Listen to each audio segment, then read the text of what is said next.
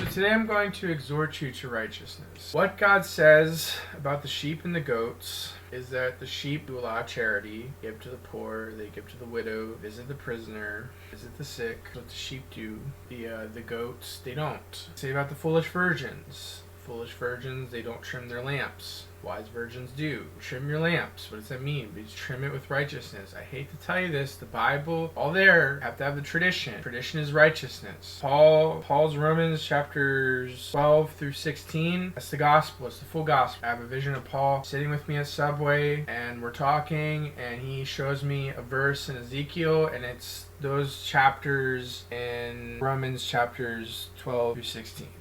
He says this is the whole gospel. You have to be righteous. And so the fact of the matter remains that so many bad teachings of bad doctrines have been creeping into the church. And you know, the Bible is perfectly there, but Jesus speaks a whole lot more about righteousness than he does this idea that we're just saved because God chooses us. You know, it's not true. Yes, he does choose us, but Saul was chosen too, and he was disregarded. It's like you have to stick firm to the faith. If David had not repented of what he did to Bathsheba, he too would have been cast off. The Israelites, when Moses interceded for them, would have been cast off if Moses had not interceded for them. Trim your lamps with righteousness. It's the sweetest part of the faith. It's the sweetest part. It's the sweetest part is righteousness.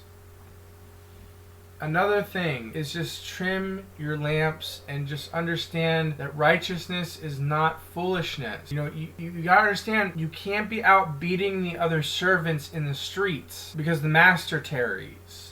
We're just going to get to a point now where maybe that's even forgotten, but it's still there. It's always going to be there in the scripture. The moral teachings of God are always going to be there in the scripture. It's like I have a book on persuasive speech, and if you find like one little thing that people love, you tend to sit there and repeat it over and over and over again. And people love the idea that, you call upon the name of the Lord, you shall be saved. Okay, so call upon the name of the Lord. I'm not saying don't.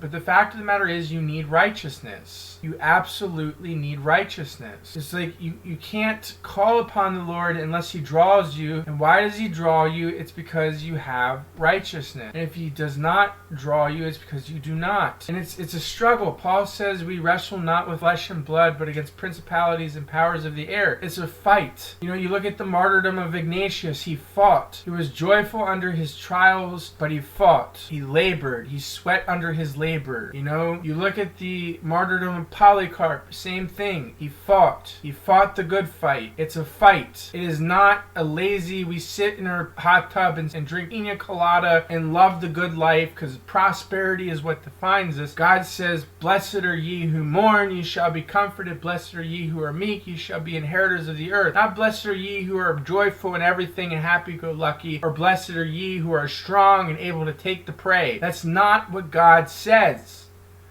And if you preach a false gospel, the religion will be lost. You'll preach conquering. You're preaching Nietzsche is what you're preaching. You're preaching Greek philosophy is what you're preaching. You're not preaching the gospel. And it says in Daniel that the Jews and the Greeks will be at war with each other in the end days. And they are. Those two philosophies are the two philosophies fighting on every breath, and you're letting the Greeks win. The Greeks are our mortal enemies. They come from the Canaanites. They are our mortal enemies. And we should not let them win.